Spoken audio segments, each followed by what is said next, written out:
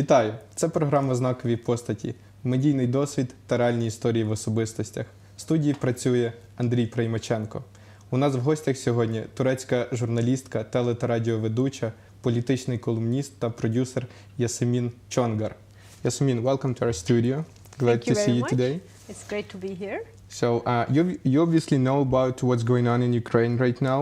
How do Turkish media cover these events? From a distance, let me say. I was fortunate enough to come to Kiev and now to Lviv. But I didn't come here as a journalist per se to cover the events. My program here at the university was decided months ago. We didn't know there would be a Euromaidan, at the time. But being here and first seeing firsthand in Kiev and then here a little bit last night and also talking to all the students of the university here today, I have a better sense of what's going on. So I'm lucky.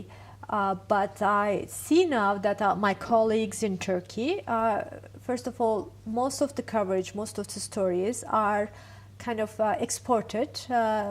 They're taking the Reuters or AP or BBC or CNN international stories and translating them into Turkish. There aren't many journalists right now in Ukraine, Turkish journalists covering it firsthand and in depth. There's, I think, CNN Turk has a crew in Kiev, and they're lucky to have, first-hand coverage of that. You don't see the in-depth, really up close, and the real coverage, unfortunately. It's more, images, which are still very interesting, and the story that's everywhere now on the internet and the international media, but nothing very, very specific and not much analysis, I'm afraid. And why do you think Turkish media distance them from these events? I don't think they're distant necessarily because, having lived through the Gezi protest, the Taksim and Maidan in Istanbul, this summer, I think Turkish media and Turkish people in general are very interested now in seeing what's happening in Ukraine, how it is, similar to Gezi and or perhaps how it is a little different from Gezi. But it's a fact that, Turkish media do not have, correspondence in Ukraine, in Kiev, Lviv. And of course, to react when such a thing is happening and to send a crew, journalists, is not always very easy. So it's a fact of our lives that most media organizations around the world do not have correspondence in every important city in the world anymore, and that's a big problem. You've seen Taksim, you've seen Kiev Maidan. From your personal standpoint and viewpoint, do you think there is something similar between Taksim and Maidan? I think there are many things that are similar. At first sight, just leave aside the reasons why people are protesting. The European Union agreement, which wasn't signed the last minute, this whole discussion of European Union here was not part of the discussion in Turkey, obviously. In Turkey, the discussion was about a park, about several trees in the middle of Istanbul, being pulled off. But first of all, the starting point, the feeling in the people that their leaders are not being democratic enough, are not being transparent enough, are not being open enough, and are not really making themselves accountable enough to day-to-day democratic controls, if you will. Okay, they run in the elections and they get elected somehow, but in between elections there's this whole democratic process which should be in place in a country. And in Turkey we're lacking that because of the leaders' very authoritarian attitudes these days. And I think a little bit of that is happening in Ukraine as well. And also in Kiev, in the Maidan there, Euromaidan there, and in Taksim, when you look around, you see many young people, some really in their, teens, which was the first thing for us. We call it the 90s generation. People who are 17, 18 are demonstrating already. And in Taksim, especially at the beginning, and I think perhaps here too, it wasn't, well organized. It wasn't, political parties ordering people to rally or, organizations calling them out to rally or to strike. But it was just people who were fed up, who didn't want to take it anymore and who want to raise their voice. Just they went out all of a sudden it was very spontaneous. And I think there was some of that spontaneity here too. And then as time passes, of course, the organizations come in, the political parties come in, there's more of an, there are more mechanisms in there. But still, the spontaneity at the very beginning is important. A third thing, which I think could be similar, is that in Taksim, it was a coalition. And I think in Kiev and in Lviv, it's also a coalition here. Coalition in the sense that not coalition of political parties, but you see different people in the Maidan. They're not all, the same politically, ideologically. They're coming from different backgrounds, different cities. It was exactly the same in Istanbul. I mean, you had, people from, let's say, LGBT movement, protesting alongside with some nationalists. They wouldn't normally come together.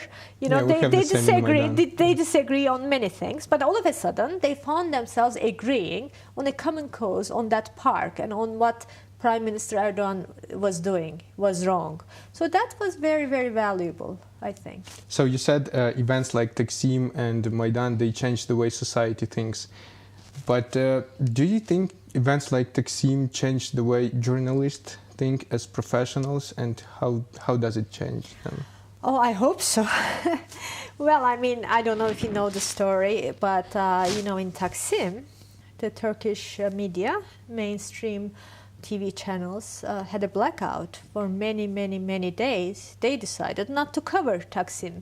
When there were like 100,000 protesters out in the Maidan, they were not showing it on their TV screens. They were having, documentaries about penguins, believe it or not, instead of showing the demonstrations.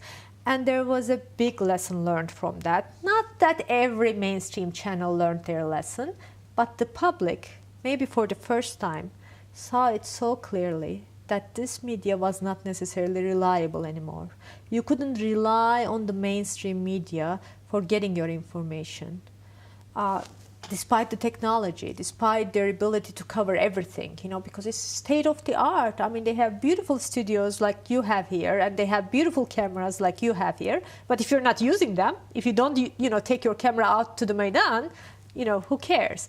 And now I think in the public's perception of journalism in Turkey in general and mainstream media in general, there's a lot of skepticism, more criticism and more skepticism than before. And people, of course, turn to internet media, online media, independent media, and social media more and more. Mm-hmm. And in case of such events, I don't know about Taksim, but on Euromaidan you can really tell where the bad guys are and where the good guys are.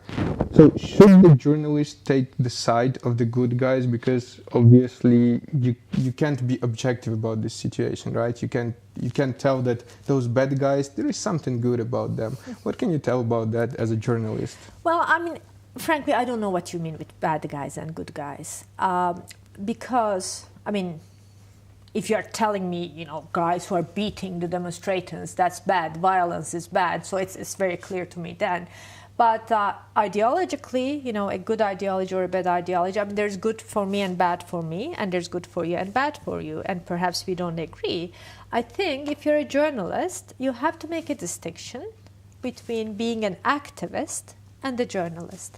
And I think it's very important, and it's very, very difficult. And I'm not a, really cold-blooded person who doesn't have emotions and who doesn't have political feelings, like at Gezi, I had that, and in other events, of course, I have that. But I think objectivity in journalism has to do with not having your own opinion or sentiment necessarily, but being very transparent about where you stand, and also trying to reflect the other's viewpoint. So the other, the bad guy, let's say, you have to reflect that viewpoint. You don't have to sympathize with it. You don't necessarily have to even understand it, but you have to try to understand it. And you have to try to make your audience also understand it, get their point of view as well. And if you have a strong opinion about what's happening, or if you have a strong sympathy toward the good guys, as you call them, you can put it in your piece. But then, your viewer or your reader should know that it's your personal point of view. You have to be honest and transparent about your point of view too. So you can combine that. But if you're out there, acting with the good guys, your fist up and, with your slogans and everything, you cannot that step aside for 5 minutes and go report the story. So on instances like this, we make a decision. Are we a journalist now or an activist now? If I am an activist, I'm not going to write the story of my own activism. Or I will do it as a personal essay, as a blog. And I'll be clear, I was there demonstrating because I'm also a citizen and I believe in this. And this is what I did and this is why I did it. That's fine. But you cannot pretend, oh, you're an activist, but then 2 minutes later, as if you were not there and as if you're very objective, looking from a distance, okay, this happened, that happened. Then you lost the trust of the people, your supporters, but also your opposers, ideologically. So I think it's best to make it very clear and transparent where you stand, what you think. Are you an activist or a journalist? Or if you're an activist, even put that in your piece if you're going to write about it. But see, in case of Euromaidan, I don't think there is a way for a journalist to be objective when you're getting beaten up by police so-called officers. I don't know if you've seen Look, you that don't have footage. to be objective about being beaten up. You have to be against it, and you have to protect your right not to be beaten up. I'm not saying, be objective, and violence is something else. I'm talking about different opinions here. Objectivity toward all the opinions. So what you're saying, there is no actual way for a journalist to combine civil work, civil activism with his or her profession? No, there is, as long as one is, as I said, transparent about it, honest about it. And, even if you're putting your point of view, I don't believe in cold objectivism that, as if, acting as if you have no point of view, you have no, stake in this, you have no emotions. It's not true, it's not possible, it's not even human. We are all very subjective. Whenever we write, whenever we shoot, whenever we have a camera in our hands, we are subjective. But also we have to force ourselves to turn the camera onto the other, onto those we disagree with, to give them the microphone. I mean, now perhaps you're interviewing me and perhaps you're agreeing with me on some things, but then you have to perhaps bring someone here who's against Euromaidan and, interview him too. And, if you have a strong point of view in your piece that combines your point of view with the other's point of view, the other's presence in that piece actually helps your point of view become more clear to the audience. Because they will have to, our audience, our readers are not dumb. You have to believe that they're very critical-minded people out there and they're very, very interested in what we have to tell them as journalists. And if they know you're telling them both sides or all the sides, and also being very honest about where you stand, they will trust you more and they will think more and they will be able to compare your point of view with the others. But if you keep feeding them only your point of view, after a while they will say, okay, that's what he thinks, he's prejudiced, he's biased, he has only one point of view, I'm not watching him anymore. So you have to give them the whole picture if you can. So I keep imagining this situation. So let's imagine there is a journalist. He was working as a journalist on Bankova Street during Euromaidan events, and he just got beaten up by a police officer. Medical staff got care of him. He's okay. He got his camera back, and he should go and take an interview with this police officer that just beaten him, or. No, you're just asking a difficult question now. No, I understand your point of view. First of all, he should tell his own story of how he is beaten, because now he has become the story. That's also part of it. That's not what I'm saying. Again, violence doesn't need to be explained. Violence is not acceptable. That's something else. I'm not talking about police beating them, or I'm not talking about a very critical stance against the authorities who ordered the police to beat the demonstrations. No, as journalists, you have to be, of course, supporting of freedom of expression, freedom of demonstration, and anything that's done against those demonstrations, in a violent way. You have to be very critical of it. But what I'm saying is you have to, for example, reflect the viewpoints of people who don't like the Maidan activity, who think, oh, that's maybe too violent, or maybe there are, you know, provocateurs in them, and maybe this is, you know, causing Ukraine some economic, you know, problems. Maybe. All that, you know, all those maybes. And if you can, actually it's a great idea, not for objectivity, but it would be a great interview one of these days. Yeah, I think so. If someone interviewed a policeman who used force. That's a good And idea. if he could be very frank, why did you use force? Who ordered you to use force? You know, do you regret doing it? Do you agree with the Euromaidan demonstrators? You know, I mean, among those policemen, you might find some people who even agree with the demonstrations, but they found themselves, you know, with the helmets on and with the shields, and it's their job, and they're just in between.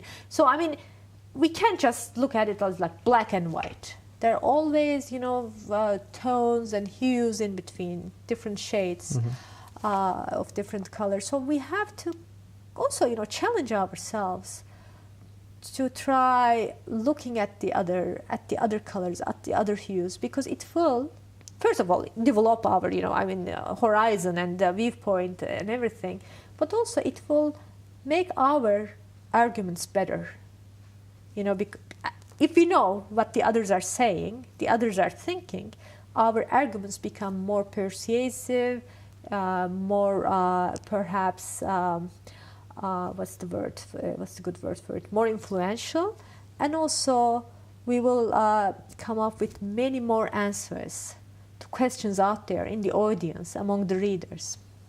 Okay, so, and there are a lot of lessons journalists do take from such events. And what lessons have you learned from Taksim as a journalist?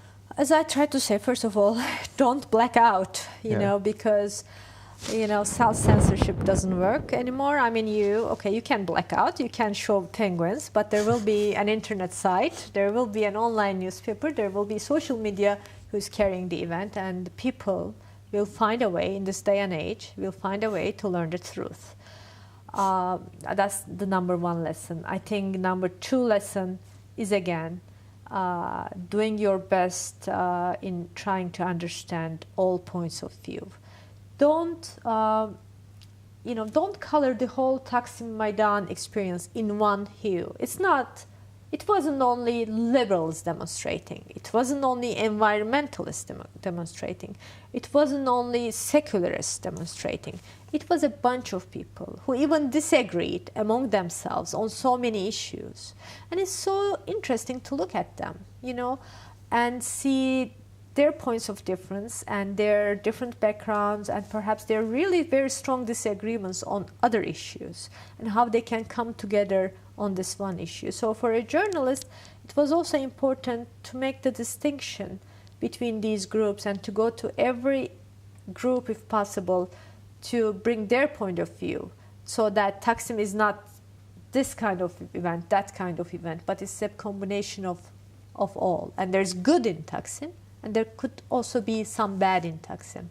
And we don't have to turn a blind eye to the bad in Taksim, or to say, oh, you know, it was perfect, okay, maybe some things happened, but let's not talk about it. No, let's also talk about it.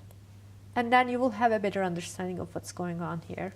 And the good in Taksim will even be more visible and brighter. Because they will if you fix are the bad ready, things, if yes. you're ready to talk about what's bad, what's provocative, or what's perhaps hurting the message there. So let's talk about something a bit more peaceful. Okay. So you've got your education as an economist. How did you make it in how did you turn into journalism? Yeah, it's a good question. But, you know, in my case, I became a journalist before I became an economist. Not that I practiced being an economist much, but just by coincidence. It doesn't happen often. I was lucky enough to get this job, first like an internship at a news agency. Before I started university, I was only 17. But I liked it so much that, you know, I kept at it. You know, as an intern, then as a staff member, as a full-time journalist, and then I went to college as I worked as a full-time journalist. So as I was studying economics at college, I was already a journalist. I could never quit journalism. You know, the idea was to become an economist and do other things. I could never do that. I got my diploma and, you know, kept working as a journalist. And this went on like that. I mean, there were little breaks in my career that I took off, you know, time from journalism and to do some research and some, you know, academic work or some teaching in the past. But I always went back to journalism because I love writing. And even on camera, I do TV journalism too. And I love telling stories, and nothing beats it. But when you were 17 years old, what was so exciting you liked about journalism? Do you remember those feelings? Oh, yeah. I mean, gosh, so many things. First of all, really words, you know, because first of all, I was a writer, you know, like a print journalist to begin with. Wire service journalist and the print journalist, just telling a story, just trying to go deeper and being able to ask questions, you know, being able to ask questions to the authorities, you know, being out there and saying, okay, you know, tell me, Mr. Foreign Minister, why are you doing this? You know, just being, you know, speaking your mind up in that sense, in the form of a question. That's great power. I love asking questions. I love questions. And today here at the university, I talked about questions a lot. And really, I think I like questions better than the answers. You know, so it's a great sense of power that you have, and you feel that you can really have an impact on the society if you give voice to those questions which are already in people's minds, but they're silent out there. They're all curious, and they're all perhaps reacting to certain things in the society, in the government, in the system, but they're quiet. And if you give voice to those you know, worries, concerns, questions, then you're really helping, first of all, the society become more transparent. You're helping to have the authorities, to make the authorities accountable and become more outspoken. And you're basically fighting against state secrecy, you know, and you're fighting for a citizen's right to know. And that's great, actually. That's a very, very good way of life. Well, having this kind of power, don't you feel a bit superior to other people? Oh no, you know, life taught me otherwise. I don't feel superior at all. First of all, you know, it has a cost, being this kind of journalism, at least in Turkey, and I think perhaps in Ukraine too. As well, yeah. Okay, I mean, you face all kinds of court cases, you know, you're in prison sometimes, you pay fines, and they, you know, wiretap your phone and all kinds of things. So you have to fight for your independence, and it's not easy. It's not easy on a family life. And also, you know, I don't know, I mean, I think the minute a journalist starts feeling superior somehow, or feeling that they are now the power, you know, it's not that what they're doing is powerful, but they are kind of a center of power themselves, they kind of, you know, cease being journalists. So it's always good to remind yourself that you are just a citizen, you know, with questions, and your job requires you to ask them publicly. And that's about it, really. You know, that's about it. Let's not exaggerate also the role of journalists or ourselves as individuals, because, you know, it's so easy to, you know, to love the cameras and lights, and you become famous, and some of you, like a handsome guy like you, if you're a TV presenter, you'll have many fans. Yes. And then you shouldn't let it go to your head, as they say, because, you know, at the end of the day, what we're doing is very basic work. You know, it's not rocket science, as they say. It's asking questions and trying to present the answers as honestly as they are. That's it. You work in Washington, right? Yes. So what experience have you received while working there with Western journalists, and what experience have you received there? Yeah. Of course, I mean, in America, you know, their laws and their constitution, their First Amendment and everything, they have a better respect for freedom of expression, I must say, compared to Turkey and some other countries. And there's much more lively discussion of events and problems in the media, per se. But it's also true that, because I was there, you know, during the Iraq War and the Bush years, and it's also true that there's a lot of pressure on the press There is a lot of control of the press and indirect ways, and a lot of PR and lobbying that also goes to affect the media organizations. Even there, although I saw for sure that compared to Turkey again, the officials, the politicians, the public officials were much more accountable to the public and through the press, and the press has a better presence, has a stronger presence and a better reputation in general. Even there, I can also see that some very big organizations like New York Times, a really good newspaper, could make enormous mistakes by buying into the national story or the official story, as they did during the Iraq War, for example.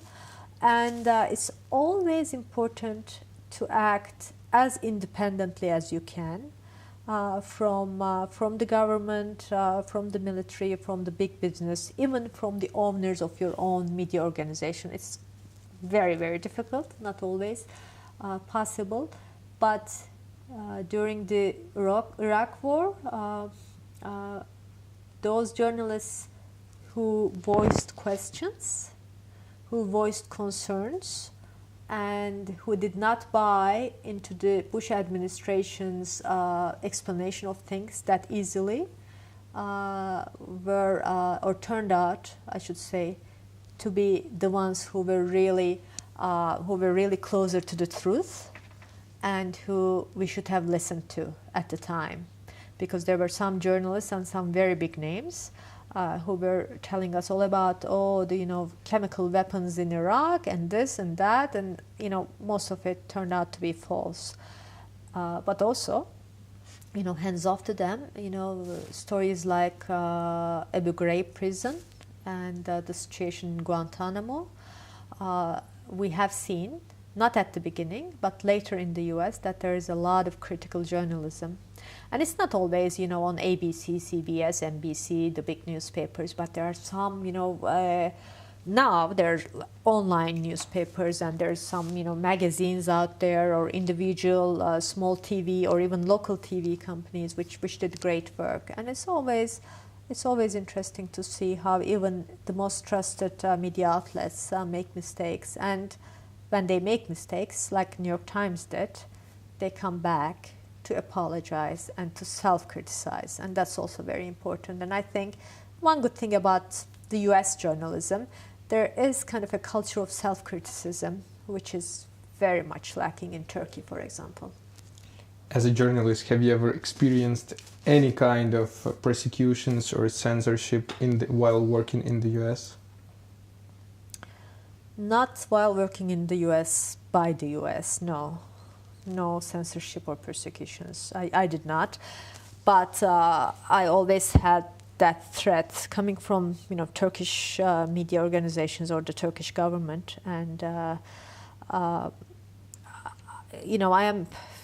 I think the worst thing you can do is self-censor. There could be censorship in a country, and, you can fight it as much as you can.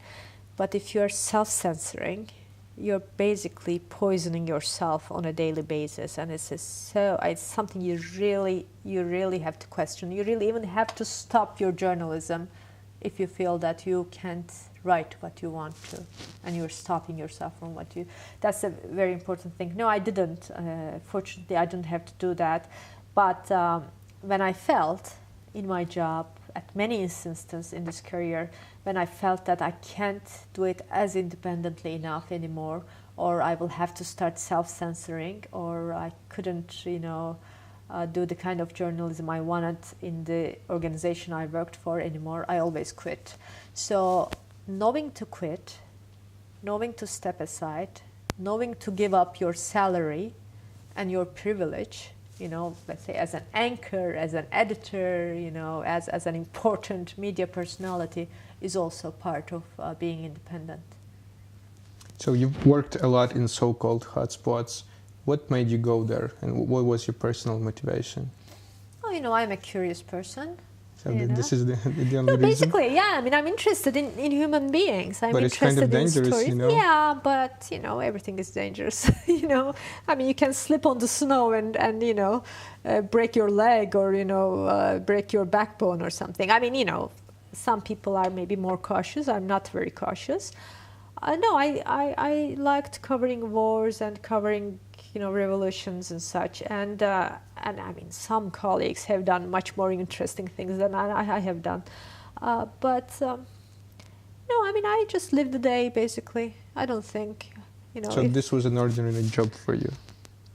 It's an exciting job, but yeah, I mean, if you're not curious, you can't be a journalist. If you don't want to learn and be there and see it for yourself, you can't be a journalist. Like when Euromaidan is happening, for example, I mean, if you don't feel the urge to be out there to see it for yourself, you're not a journalist. If you're not curious about what people think in that Maidan, you're not a journalist. And it can't be forced, I mean, some people are, they don't have it in themselves, I don't care, and that's perfectly fine. So is there something you want to say to Ukrainian or international journalists that cover events in Euromaidan? Well, go talk to everyone is what I will say. That's it, talk to everyone. Thank you for this wonderful conversation, Yasemin. Thank you so much, Andrei. І нагадаю, це була програма «Знакові постаті». В студії працював Андрій Приймаченко, а в гостях у нас була чарівна тележурналістка з Туреччини Ясеміна Чонґар. До наступних зустрічей. Дякую.